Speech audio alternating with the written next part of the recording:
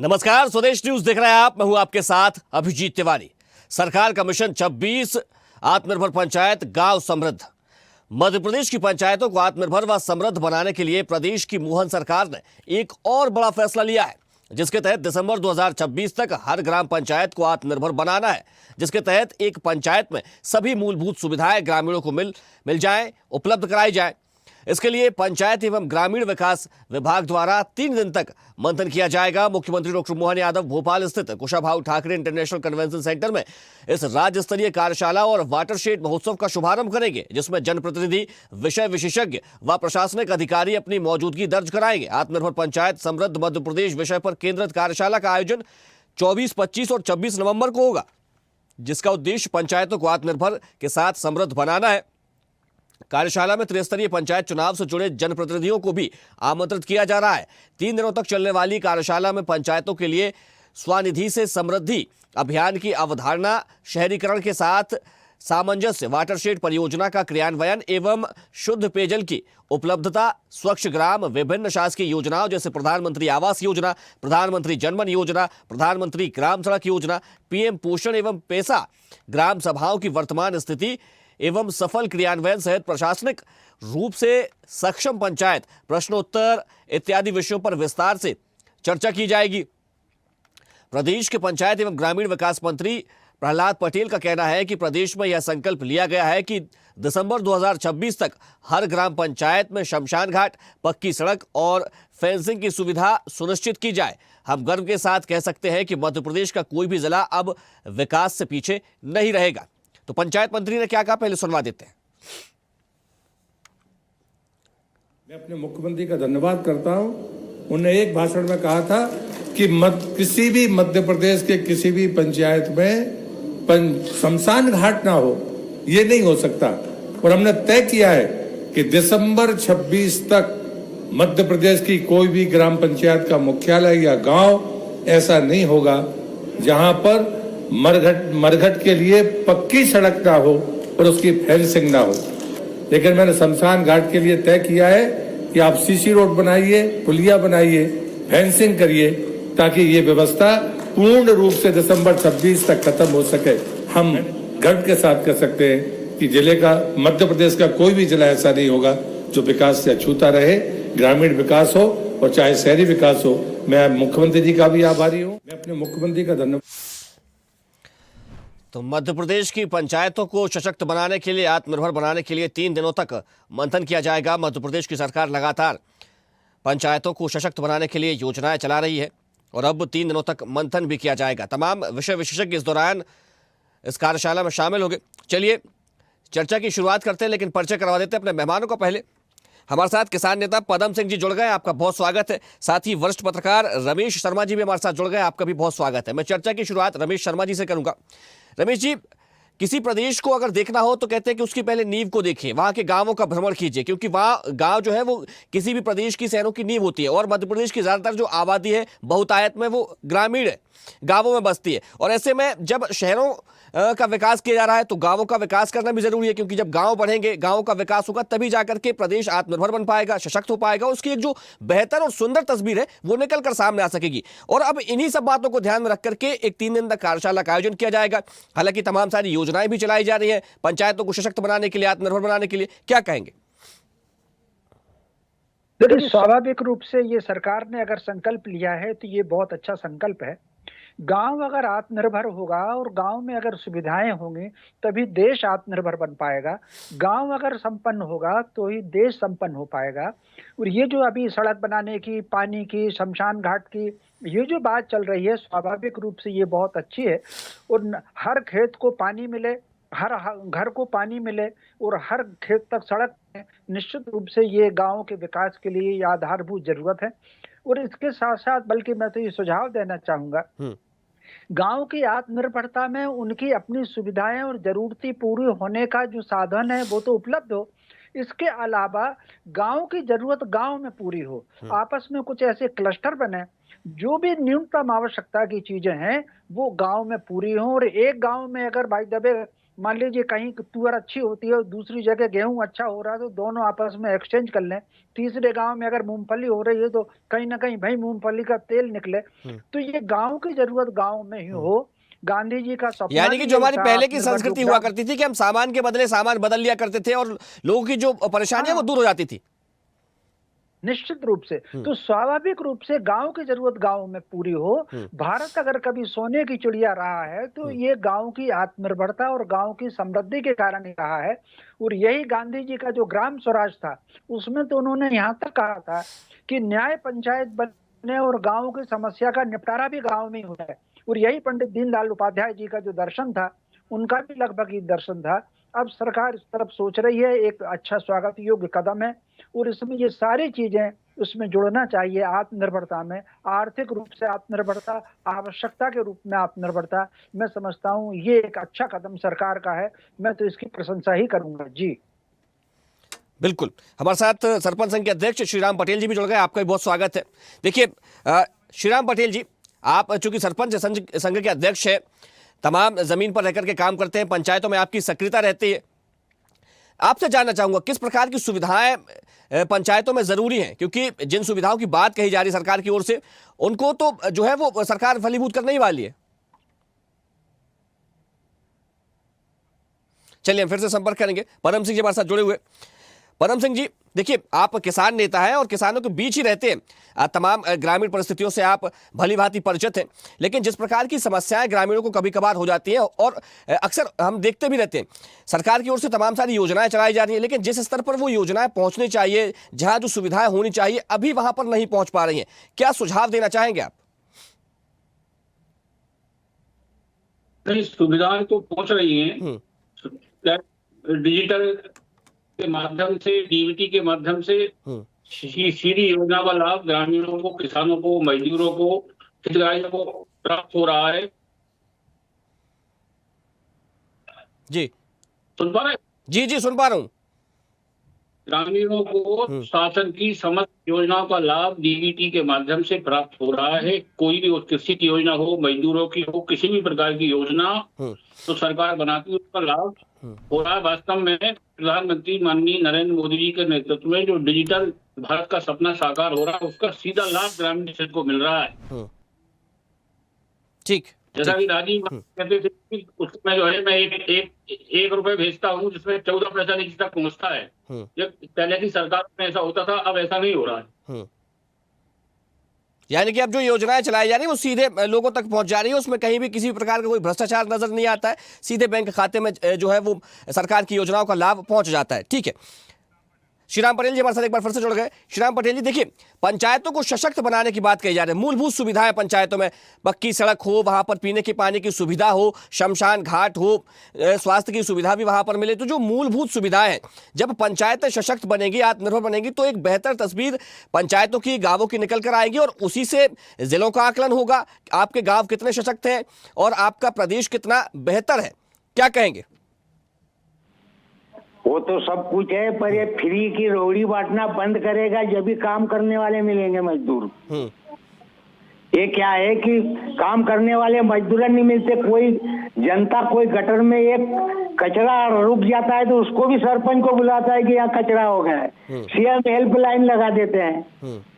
इससे परेशानी सरपंचों को हो रही है। अगर सरपंच गुनहगार हो तो उसके एफआईआर करो, या तो जो शिकायत डालने वाला गलत हो तो उसमें एफआईआर होना चाहिए।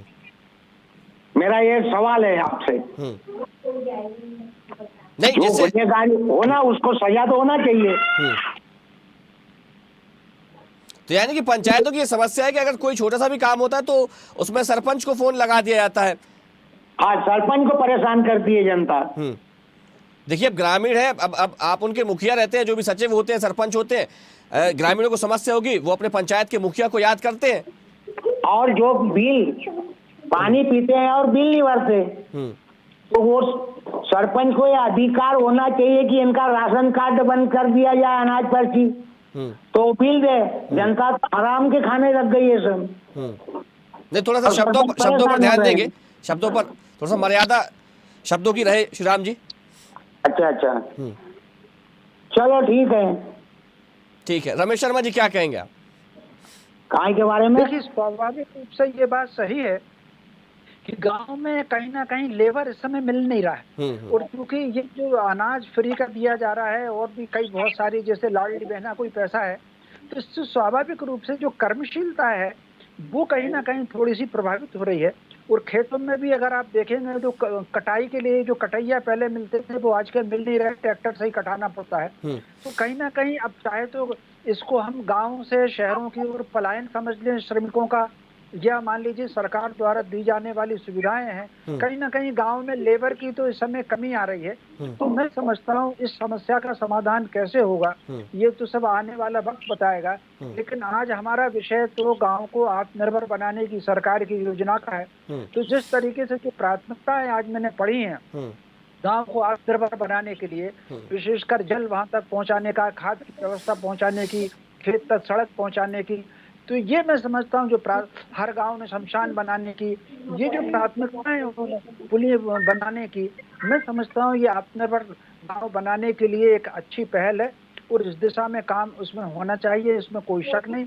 और इसके अलावा बल्कि मैं तो ये कहूँगा क्योंकि यहाँ जो हमारे सरपंच प्रमुख भी बैठे हैं और ग्रामीण नेता भी, किसान नेता भी बैठे हैं, कहीं ना कहीं गांव में इस बात की आत्मनिर्भरता भी हो, जो खाद जो है कहीं ना कहीं हमारे यहाँ का लोकल का जो खाद बने, और इसी तरीके से जो सोलर के आधार पर एनर्जी आए, थोड़ी सी ये जागृति भी और आने चाहिए गांव के आत्मनिर्भरता के लिए। ये वाला जैविक खाद खास तौर से सोलर एनर्जी ये उसमें काम करेगा, इस तरफ भी वातावरण बनना चाहिए। जी ठीक है पदम सिंह जी, देखिए अभी आप श्रीराम पटेल जी को कुछ देर पहले सुन रहे थे, उन्होंने कहा कि जो है वो सरपंचों की शक्तियां थोड़ा बढ़ा देनी चाहिए। जो ग्रामीण होते हैं वे सीएम हेल्पलाइन पर शिकायत कर देते हैं, छोटी सी भी कोई अगर बात होती है, कोई अड़चन आती है तो उसके लिए सीधा सीएम हेल्पलाइन पर शिकायत कर देते हैं। क्या कहेंगे इसको लेकर? देखिए, इसमें कुछ सरकार ने कुछ पॉलिसी तय की है कि जो कुछ लोग जो है आदतन इस प्रकार के लोग गांव में होते हैं कि वो शिकायत करने के आदी हो जाते हैं, वो झूठी शिकायतें करते हैं। इसका समर्थन तो मैं नहीं कर रहा। सरकार ने कुछ योजना बनाई है, इसके लिए शायद क्रियान्वयन होने वाला है उसका। विगत एक माह पहले देखा था मैंने, सरकार कुछ पॉलिसी बना रही है। झूठी शिकायतें, कोई झूठी शिकायत करने वाले की पहले जांच होगी, इन्वेस्टिगेशन होगा, इसके बाद तो कार्रवाई होगी। दूसरा, जैसा कि सदन के अध्यक्ष महोदय बता रहे थे कि श्रमिक नहीं मिल रहा है, उनकी बात का मैं समर्थन करता हूँ, शर्मा जी की बात का मैं समर्थन करता हूँ। एक सुझाव चाहता हूँ आपके चैनल के माध्यम से कि जो मनरेगा योजना है हमारी, तो पंचायतों के माध्यम से इम्प्लीमेंटेशन होता है, उसमें श्रमिक काम करते हैं, तो उस योजना का कुछ प्रतिशत भाग कृषि से जोड़ दिया जाए तो किसानों को मजदूर उपलब्ध हो जाएंगे और श्रमिकों को गांव में काम मिल जाएगा। तो दोनों समस्याओं का एक जो है ज्वाइन करके उसको जो है किया जा सकता है। दूसरा, आत्मनिर्भर भारत की बात माननीय शर्मा जी करें, वास्तव में आत्मनिर्भर भारत ही हमारे देश के विकास की धुरी है। लाल बहादुर शास्त्री जी ने कहा था कि गांव का विकास खेत खलिहान से ऊपर गुजरता है, और इसी चरण में हमारे पंडित दीनदयाल उपाध्याय जी का अंतिम व्यक्ति तक सुविधाएं पहुंचे, अंतिम व्यक्ति की सेवा हमारा लक्ष्य हो, उसको क्रियान्वयन करते हुए पूर्व प्रधानमंत्री अभी अटल बिहारी वाजपेयी ने प्रधानमंत्री ग्राम सड़क योजना के माध्यम से, बहुत सारी योजनाओं के माध्यम से गांव को विकास की धुरी से जोड़ा है। और बल्कि मैं तो ये कहूंगा कि गांव की विकास की जो परिकल्पना है वो प्रारंभ जो है अटल बिहारी वाजपेयी की सरकार से हुई है, और उसी क्रम में निरंतर हमारी सरकारें इस क्रम में बराबर काम कर रही है। जैसा कि अटल जी ने कहा था कि शहर का विकास की जो राशि है और गांव के विकास की जो राशि बजट है, पहले बजट में बड़ा विविधता थी, बड़ा अंतर था, पर अटल जी ने 60% बजट जो है गांव के विकास में किया और 40% जो हमारा बजट है वो शहर के विकास में किया। तो पूर्व की सरकार ने, पंडित नेहरू जी की सरकार ने औद्योगिकरण को बढ़ावा देने के कारण हमारे गांव विकास की दौर से पिछड़े हुए थे, उसको माननीय अटल बिहारी वाजपेयी जी की सरकार से और माननीय मोदी जी की सरकार ने हमारे प्रदेश में हमारे यशस्वी मुख्यमंत्री मोहन यादव जी जो कॉन्क्लेव का शुभारंभ करने वाले हैं 24 तारीख से, वास्तव में बहुत सराहनीय पहल है। गाँव में हार्वेस्टिंग का काम है, गंगा जल संवर्धन है, प्लांटेशन है, जैविक खेती है, हमारा गौ संवर्धन है। इस तरह की गतिविधियों को बढ़ावा मिलेगा तो निश्चित रूप से हम आत्मनिर्भर भारत की परिकल्पना को साकार करने में सक्षम होंगे। पदम सिंह जी, देखिए जैसे आत्मनिर्भर बनाने की बात कही जा रही है, पंचायतों को सशक्त बनाने की बात कही जा रही है, ऐसा क्या किया जाए, ऐसे कौन सी योजनाएं वहां पर लाई जाए जिससे जो है पंचायतें आत्मनिर्भर हो सकेंगे? देखिए क्या है कि अब ये क्योंकि पंचायतों में संसाधन तो सीमित ही रहते हैं। पंचायतों में संसाधन, सरकार जो है वो सरकार उनको विभिन्न योजनाओं के माध्यम से बजट आवंटित करती है, और वो बजट का उपयोग ग्राम पंचायतें गांव की छोटी छोटी मूलभूत आवश्यकताएं होती हैं उसको पूरा करने के लिए करती है। तो निश्चित रूप से जब हमारी ग्राम पंचायत में ऑटोनोमस हो जाएंगी, आत्मनिर्भर हो जाएंगी, तो वो टैक्सेस वसूलने लगेगी और टैक्सेस आने लगेगा, तो पंचायतों की आय बढ़ेगी तो उनका जो है विकास की गति भी बढ़ेगी पंचायतों की। ठीक है रमेश शर्मा जी, ऐसे कौन से कदम है जो कारगर सिद्ध होंगे पंचायतों को आत्मनिर्भर बनाने में? देखिए, स्वाभाविक रूप से पंचायतों को आत्मनिर्भर बनाने के लिए जो मोदी जी ने एक बात कही है, लोकल पर वोकल, तो कहीं ना कहीं स्थानीय चीज पर हम गर्व करें और लोकल पर वोकल हो, और वोकल हो करके उसको ग्लोबल बनाएं, उसको कहीं ना कहीं निर्यात, हम अपने गांव को शहरों से आश्रित वस्तुओं के बजाय गांव की वस्तुओं को निर्यात की तरफ और बढ़े। मैं समझता हूं वो कहीं ना कहीं गांव को आत्मनिर्भर और समृद्ध बनाने के लिए होगा। कितनी ऐसी चीजें हैं जो हमारे गांव में उत्पन्न होती हैं, लेकिन मार्केटिंग के दुष्प्रचार के कारण हम फैक्ट्रियों के बने हुए सामान की तरफ दौड़ रहे हैं और उसमें कई बीमारियां भी आ रही हैं। तो मोटे तौर पर जो लोकल पर वोकल वाला जो फार्मूला है उसकी तरफ हमको आना पड़ेगा। हम अपनी जरूरतें स्थानीय उत्पाद से ही पूरी करें, और एक जैसा कि मान लीजिए कहा गया था कि क्लस्टर बनाना, एक गांव का ग्रुप बना लिया जाए, 4 गांव का ग्रुप हो, तहसील का ग्रुप हो, ब्लॉक का ग्रुप हो, जिले का ग्रुप हो, तो गांव की जरूरत गांव के अंदर पूरी हो और उसके बाद गांव निर्यातक बने। संपन्नता के लिए, आत्मनिर्भरता के लिए ये बहुत आवश्यकता है, और उसकी शुरुआत होनी चाहिए जैविक खाद से और सोलर एनर्जी से, क्योंकि आज किसान खाद के लिए जितना परेशान हो रहा है, कचरा सारा का सारा जा रहा है और बीमारियां उत्पन्न कर रहा है। तो स्वाभाविक रूप से कहीं ना कहीं जैविक खाद की तरफ और सोलर एनर्जी की तरफ जाकर के और वातावरण बने कि हमको अपनी स्थानीय जरूरत, हमको अपने खाने की जरूरत हो, उपयोग मसालों की जरूरत हो, सारी की सारी निचले स्तर पर पूरी की जाए। बाई द वे अगर कहीं जीरा है तो जीरे की खेती शुरू की जाए, तो कुल मिलाकर के तब हम आत्मनिर्भर बन पाएंगे और गांव की जरूरत गांव में पूरी हो। जी ठीक है, यानी कि जो बेहतर चीजें हो सकती है जिनको गांवों में किया जा सकता है, पहले उन पर ही ध्यान दिया जाएगा, तो दूसरी चीजों को करने की कोई जरूरत पड़ेगी नहीं। निश्चित रूप से।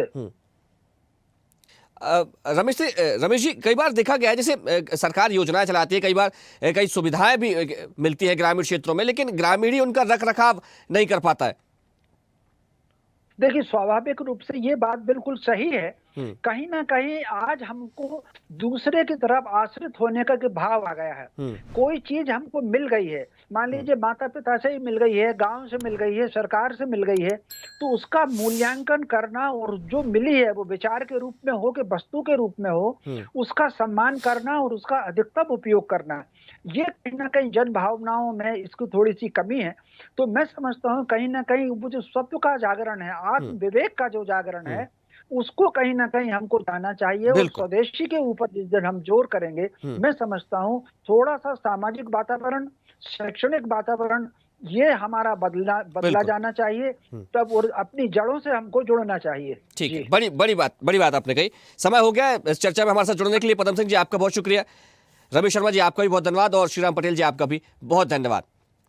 तो मध्य प्रदेश की पंचायतें सशक्त हो, आत्मनिर्भर बने, प्रदेश की एक बेहतर और सुंदर तस्वीर निकल करके सामने आए, लेकिन ये तभी संभव हो पाएगा जब प्रदेश की जो नींव, जो हमारे गांव हैं, वे सशक्त होंगे, आत्मनिर्भर बनेंगे, वहां पर लोगों को रोजगार मिलेगा, बेहतर सुविधाएं होंगी, मूलभूत सुविधाएं वहां पर मिलेगी, पक्के मकान होंगे, पक्की सड़कें होंगी, वहां पर हैंडपंप होंगे, पानी की पूरी व्यवस्था होगी, तब जाकर के जो पंचायतें हैं वो आत्मनिर्भर बन पाएंगी। और इसके लिए मध्य प्रदेश की सरकार अब काम शुरू करने जा रही है। हालांकि पहले भी प्रदेश सरकार की ओर से तमाम सारी योजनाएं ग्रामीण विकास के लिए चलाई जा रही है, पंचायतों को सशक्त करने के लिए चलाई जा रही है। इस चर्चा में फिलहाल इतना ही। देखते रहिए स्वदेश न्यूज, सबसे पहले देश। देखते रहिए स्वदेश न्यूज। अगर आप इस वीडियो को सोशल मीडिया हैंडल फेसबुक या इंस्टाग्राम पर देख रहे हैं तो हमें फॉलो करें, अगर यूट्यूब पर देख रहे हैं तो सब्सक्राइब करें और बेल आइकन दबाना ना भूलें।